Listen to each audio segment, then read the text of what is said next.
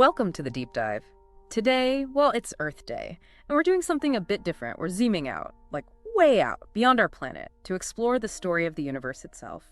And our guide for this cosmic journey, the James Webb Space Telescope, JWST. That's right. And think of it less like, just a look of discoveries and more like a story unfolding, how everything came to be, from the Big Bang, basically, to galaxies forming, stars living and dying, and maybe even the ingredients for life popping up all over the place.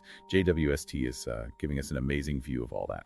Okay, so JWST, we hear the name a lot, but what makes it so special for telling this story, especially compared to, say, Hubble? Well, the key thing really is infrared. JWST is built for infrared light. Hubble, mostly worked in visible light, ultraviolet, some near infrared, but infrared, that's the game changer. But why infrared, though? What's the advantage? Okay, two big reasons. First, dust. Lots of cosmic action, like stars being born, happens behind thick clouds of dust and gas. Visible light gets blocked or scattered. But infrared light, it can cut right through a lot of that dust. So we see things Hubble just couldn't. Ah, like X-ray vision for cosmic dust cloud? Kinda, yeah. And the second thing, maybe even more important for the early universe story, is redshift. The universe is expanding, right? So the light from really distant objects, the oldest objects, gets stretched out as it travels towards us. Its wavelength shifts towards the red end of the spectrum and often right into the infrared. So to see the universe's baby pictures, you need a powerful infrared telescope. Got it. So it's not just about seeing through dust, it's about seeing that stretched out light from the beginning of time. Exactly. And while Hubble was amazing, JWST is maybe more accurately seen as a successor to the Spitzer Space Telescope, which was also infrared. But JWST is just vastly more sensitive, much sharper. Okay, so we've updated from maybe a grainy photo to like high-definition IMAX for the early cosmos. Yeah. Our mission today then is to follow that story. But first, let's give credit where it's due. Hubble, launched in 1990, named after Edwin Hubble. It changed everything, didn't it? Oh, absolutely. Hubble was a revolution. I mean, over 1.6 million observations, more than 21,000 scientific papers. It's foundational. Think about what it showed us. Stuff flying between stars, comets hitting Jupiter, bang. Yeah. Pluto's moons, discovering those. Seeing the dusty disks where planets are forming around other stars, looking at exoplanet atmospheres, and peering back over 13.4 billion light years. It set the stage. It really did. A true workhorse. And now JWST, this big international project, NASA, ESA, the Canadian Space Agency, is taking us even further back. It looks at our solar system too and exoplanets, but today we're really focused on those cosmic origins. So let's dive into that first chapter, the cosmic dawn. What exactly was happening then? Okay, cosmic dawn. That's roughly the first few 100 million years after the Big Bang. A really crucial time. Before that, you had the Dark Ages. The universe was basically filled with neutral hydrogen gas, kind of like a fog, opaque to a lot of light. Yeah. Then, the very first stars ignited. We call them population 3 stars. Population 3, what were they like? These weren't like our sun. They were monsters. Huge, incredibly hot, probably hundreds of times the mass of the sun, and they burned through their fuel super fast. And crucially, they were made of almost pure hydrogen and helium, the stuff created in the Big Bang itself. Very pristine. Okay, so these giant, pristine stars appear, and they change things. They end the Dark Ages. Exactly. They blasted out intense ultraviolet light, and this light started stripping electrons off those neutral hydrogen atoms. That's called ionization. Imagine the little bubbles of ionized gas forming around these first stars. Then those bubbles grew and merged. Eventually, over millions of years, the entire universe became reionized. The fog lifted, basically. It became transparent to UV light. Light could travel freely across space. A cosmic sunrise. And that's the era JWST is built to see. Precisely. It's like a cosmic time machine, peering back into that critical transition period. We have that snapshot from earlier, the cosmic microwave background, right? From like 378,000 years after the Big Bang. Yeah, the CMB is like the universe's baby picture. But there's this huge gap, hundreds of millions of years, between the CMB and when galaxies really got going. JWST is filling in that gap. How does it actually do that? Is it just because the mirror's so big? The big mirror definitely helps 6.5 meters across, collects way more light than Hubble's 2.4 meters, so it sees fainter, more distant things. But the real magic is how it measures that redshift we talked about, with an incredible precision. Right. The stretching of light tells you distance, which tells you time. How does it measure the stretch? It uses spectroscopy, mainly with an instrument called NIR-SPEC, the near-infrared spectrograph. Think of it like passing the galaxy's light through a prism. It splits light into its different wavelengths, its spectrum. and you see these specific patterns, fingerprints of different elements. By seeing how much those fingerprints are shifted towards the red, we know exactly how much the light stretched, and thus how far back in time we're looking. Okay, so spectroscopy gives you the precise distance. Yeah, the spectroscopic redshift. It also uses photometry with NIRCam, the near-infrared camera. That involves measuring the brightness through different filters.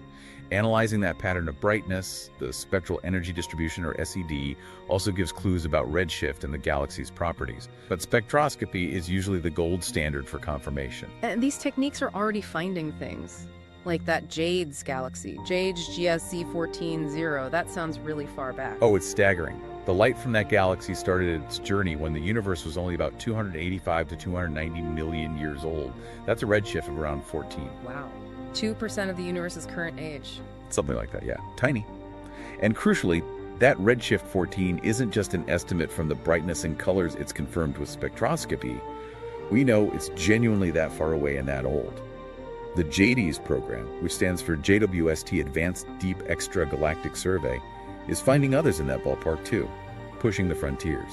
It's just wild to think of galaxies forming that quickly. And this is shaking things up, isn't it? Our models didn't expect this. They really didn't. That's one of the biggest surprises so far. Some of these very early galaxies look surprisingly mature. They're more massive, brighter, and seem to have more heavier elements, what astronomers call metals, than our models predicted should be possible so early on. So heavier elements than just hydrogen and helium, stuff made in stars. Exactly. Elements like oxygen. Finding significant amounts just 300 million years after the Big Bang, well, that implies stars formed, lived, died, and enriched their surroundings much faster than we thought. These are the early bloomers then, galaxies that grew up too fast. That's a good way to put it, yeah. The standard picture was more gradual. Stars start forming maybe 300, 400 million years after the Big Bang. Then smaller bits merge together slowly over hundreds of millions, even billions of years to build up big galaxies. But JWST is seeing surprisingly hefty developed galaxies already in place back then. It's forcing a rethink. Maybe galaxies could form much more rapidly, perhaps from the direct collapse of huge gas clouds, not just this slow merging process. And it's not just size and chemistry, right? I heard something about finding galactic bars really early too. Yeah, that's another head scratcher. Galactic bars, those big, elongated structures of stars you see in the center of many spiral galaxies, including our own Milky Way. We thought those took a long time to form, billions of years, as the galaxy disk settles down and evolves.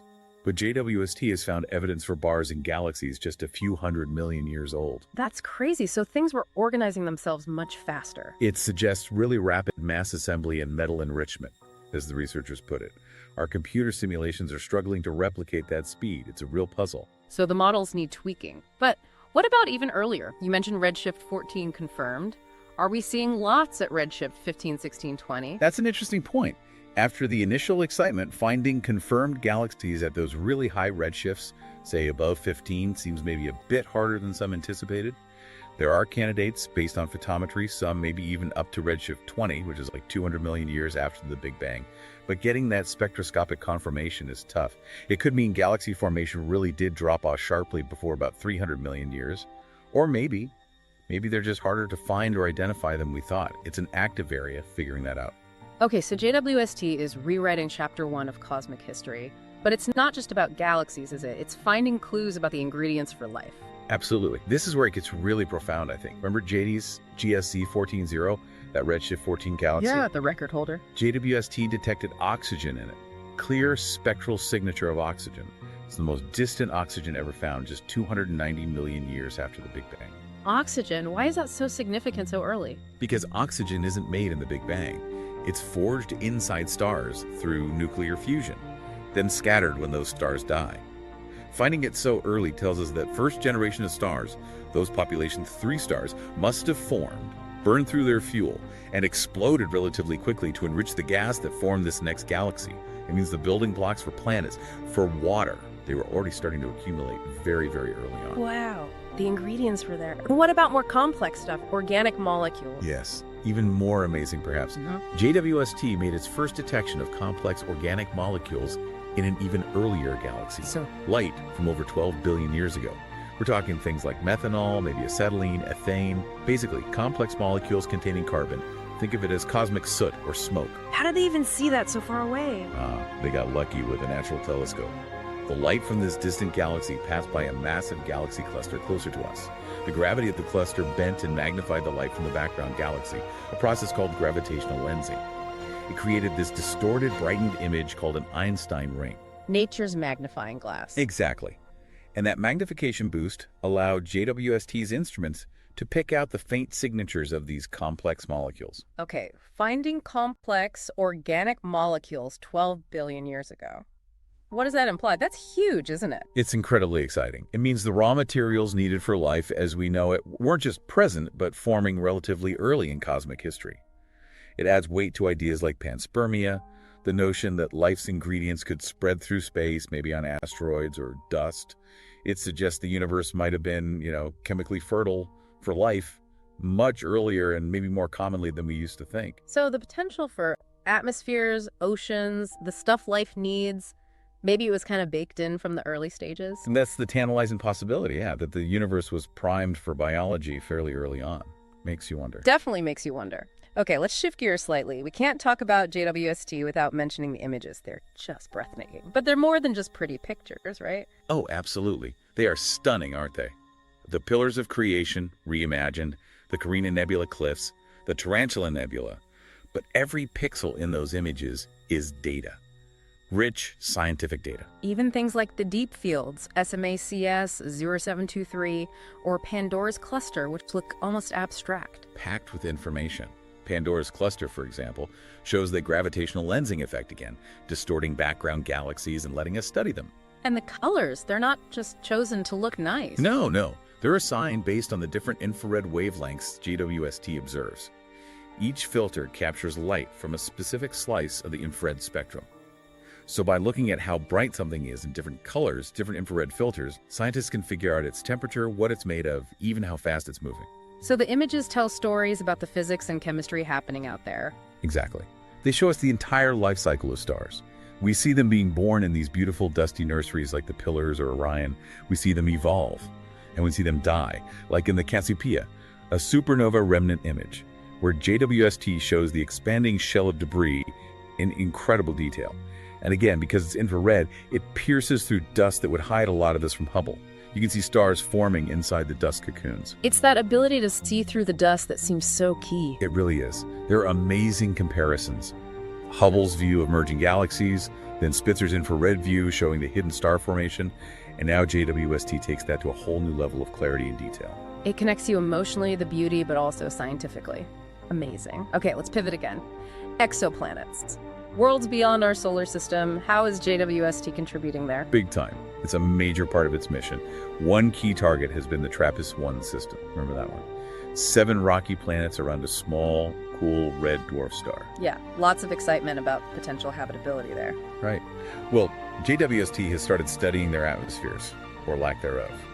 Early results for one of them, TRAPPIST-1c, suggest it probably has a very thin atmosphere, maybe none at all. Possibly too hot, too close to the star, lost its air. Ah, okay. So maybe less habitable than hoped, at least that one. Seems that way for TRAPPIST-1c, yeah. It dampens the prospects a bit. There's still other planets in that system to study. And it's looking at other rocky planets too, ones closer to Earth's size. Definitely. It's following up on candidates found by missions like TESS. JWST has confirmed some of these are indeed rocky planets. And the next step, the really exciting part, is using spectroscopy to sniff their atmospheres, looking for the chemical fingerprints of molecules. Like water, methane, stuff that might hint at life. Biosignatures? Exactly. Water vapor, methane, carbon dioxide. Detecting those in the atmosphere of a rocky planet in the habitable zone. That would be a monumental discovery. We're not there yet, but JWST has the power to potentially do it. That really is the holy grail, isn't it? What about other kinds of objects, not just rocky planets? Oh yeah. Looking at brown dwarfs, those objects that are bigger than planets but didn't quite make it to becoming stars, failed stars. And JWST is getting amazing atmospheric data from them.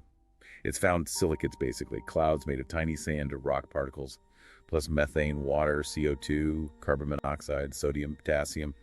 A whole chemical soup. Helps us understand how these things form. Clouds of sand. Wild. And hot Jupiters, those giant planets really close to their stars. Yep. JWST is studying their atmospheres too. It's even been able to create temperature maps of some, like WSP-18b, showing how heat is distributed across the planet's surface, Gives us clues about their winds and weather. It's just incredible detail. Is it also seeing planets actually forming? It is. It's observing the disks of gas and dust around young stars where planets are born, protoplanetary disks. It looked at the disk around a young red dwarf called AU Microscopii, for instance. Seeing how these disks are structured and what they're made of helps us understand how planets like ours, or completely different types, come into being. So it's seeing the whole picture, from the birth disks to mature planets and their atmospheres. Amazing diversity out there. Truly is. Okay, another huge topic, black holes, especially the supermassive ones at the centers of galaxies. What's JWST telling us about them? Well, another surprise. When JWST looks back at the very early universe, it's finding supermassive black holes that seem, well, too big, too soon. According to our standard models of how black holes grow, basically by swallowing gas and merging with other black holes, some of these early ones seem to have grown much faster than we thought possible. Faster than the speed limit. There's a theoretical limit, right? The Eddington limit. Exactly. The Eddington limit describes how quickly a black hole can theoretically pull in matter due to its gravity before the radiation pressure from that infalling, heating up matter, pushes back and chokes off the inflow. Some of these early black holes seem to have grown at rates at, or maybe even exceeding that limit. How they did that is a big question. Did they start from bigger seeds? Did they have ways to accrete matter more efficiently? We don't know yet. Another fundamental process that needs rethinking, thanks to JWST. And what about the relationship between these black holes and the galaxies they live in? JWST is crucial there too, especially by looking at galaxies that are merging. We think galaxy mergers play a big role in feeding gas to the central black holes, making them grow, and also triggering bursts of star formation in the galaxy itself. But these mergers are often incredibly dusty events. Hubble couldn't see into the messy cores very well. JWST's infrared eyes cut through that dust, letting us see the black holes interacting, the gas flows, the triggered star birth, to give us a much clearer picture of that coevolution of black holes and galaxies. Seeing through the dust again seems to be a recurring theme. It's a huge part of its power, yeah. Okay, we've covered early galaxies, life ingredients, exoplanets, black holes. Any other standout discoveries from JWST so far? There must be loads. Oh, absolutely. I mean, even closer to home, it detected and helped characterize a really small asteroid, just the size of a building, 2024 YR4. Good for planetary defense knowledge. It's also getting amazing compositional data from objects way out past Neptune, the TNOs, detecting different ices, complex hydrocarbons. Tells us about the raw materials of the outer solar system. Stuff left over from the beginning. Pretty much. And speaking of solar system structure, it found something weird in the Fomalhaut star system. Not just an asteroid belt and a Kuiper belt like ours, but like 3 belts, including an unexpected intermediate one. So planetary systems might be even more varied than we thought. Seems like it. It's also given us stunning new views of Uranus, seeing its rings and polar caps in infrared like never before. There may be one more really weird one. Finding these Jupiter-mass objects just floating freely in the Orion Nebula, not orbiting stars. Rogue planets. Some are even in pairs. How do they form? Were they kicked out of systems? Did they collapse on their own like stars? More mysteries. It's just, the sheer range is incredible. Now, operating such a complex machine in space, it hasn't all been perfectly smooth sailing, has it? Were there glitches? Well, the initial deployment in mirror alignment was unbelievably complex, and it went incredibly well. Better than expected, actually. But yeah, like any cutting-edge technology, there have been a couple of minor bumps. The mid-infrared instrument in IRI had an issue with one of its observing modes for a while. And the near-infrared imager, 9 rays, had a communications delay problem early on. Okay, but they fixed them. Yep. The teams on the ground worked through them, found solutions or workarounds. All the instruments are currently working really well, exceeding their original performance goals in many cases. It's been remarkably successful operationally. That's great to hear. And how long is it expected to last? And how does the science actually happen? Who gets to use it? It was designed for a minimum mission of 10 years. But the launch was so precise, and it's been so efficient with its fuel for station keeping out at L2, that estimates now suggest it could potentially operate for 20 years, maybe even longer, which is fantastic news for astronomy. Wow, 20 years. That's amazing. As for the data, scientists propose observations, and time is awarded competitively based on scientific merit. Those teams get exclusive access to their data for 1 year. After that year, all the data goes into a public archive, available for anyone in the world to download and analyze. So we're constantly getting new science from older data, too, as more people look at it. So there's a flood of data coming out now from Cycle 1, and Cycle 2 is underway. Exactly. And let's not forget Hubble. It's still up there doing great science, even with fewer working gyroscopes. They work together really well, Hubble and Webb, complementing each other's capabilities. That's a great point. So wrapping up this deep dive, what's the big picture takeaway for you from JWST so far? For me, it's just how fundamentally it's changing our view at every scale. From the literal dawn of time to planets around nearby stars, it's confirming some things we expected, but in stunning detail. But maybe more importantly, it's throwing up these huge surprises. Things like how fast those first galaxies formed, how big the first black holes got. It's forcing us to go back to the drawing board on some really fundamental ideas about how the universe evolved. It's challenging us. Yeah, it really feels like we're peeling back layers and finding the universe is even more intricate and maybe even stranger than we thought. And it makes you want to just stare at those images and try to absorb it all. Definitely. I hope people do. Go look at the images online. They're not just pretty. They're windows into these incredible processes. And maybe the thought to leave everyone with is, what's next? What other huge secrets are hiding out there that JWST might uncover in the next, 5, 10, 15 years? How will it change our understanding of our place in it all? And, that ultimate question about life elsewhere, that will JWST give us the first definitive clues? It's just an incredibly exciting time. It really is. Profound questions to ponder. We definitely encourage you, our listeners, to check out those JWST images and read more about these discoveries. Let us know your thoughts. What blew your mind the most? We'd love to hear from you. Thank you so much for joining us on this cosmic journey with the James Webb Space Telescope here on The Deep Dive. If you enjoyed this, please subscribe to our channel for more deep dives into science and discovery. And maybe share this with a friend who looks up at the stars and wonders. Until next time, keep looking up.